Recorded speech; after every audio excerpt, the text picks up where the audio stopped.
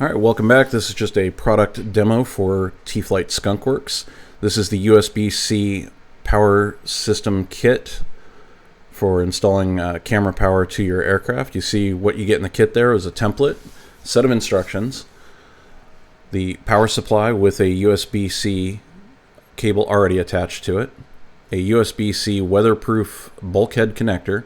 This is for installing in the skin of your aircraft or wherever you would like the camera power to be, and a ASA 3D printed fairing for the bulkhead connector, which is optional to use. You do not need to install it to install the bulkhead connector.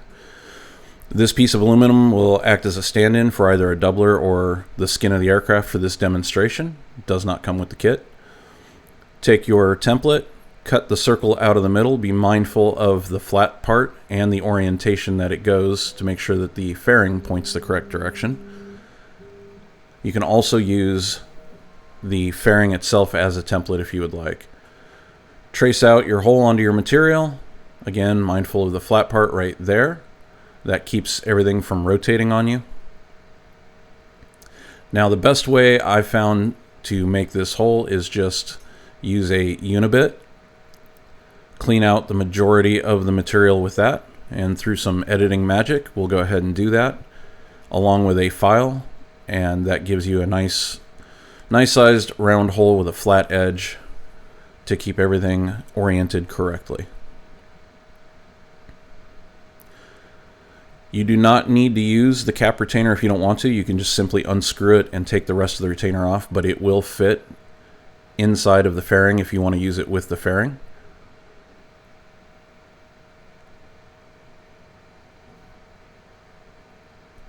If you did decide not to use the retainer, I would use an X-Acto knife to cut the retainer part off and retain the rubber gasket material just to put underneath it to maintain a seal.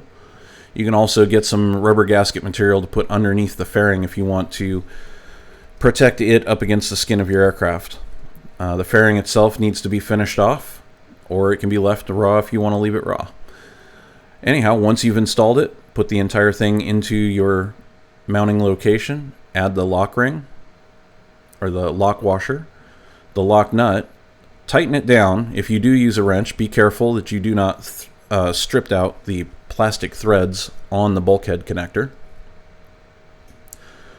Once you're happy with that, I would apply a dab of silicone or some torque seal over the retainer nut as well as the skin just to keep it from working itself loose.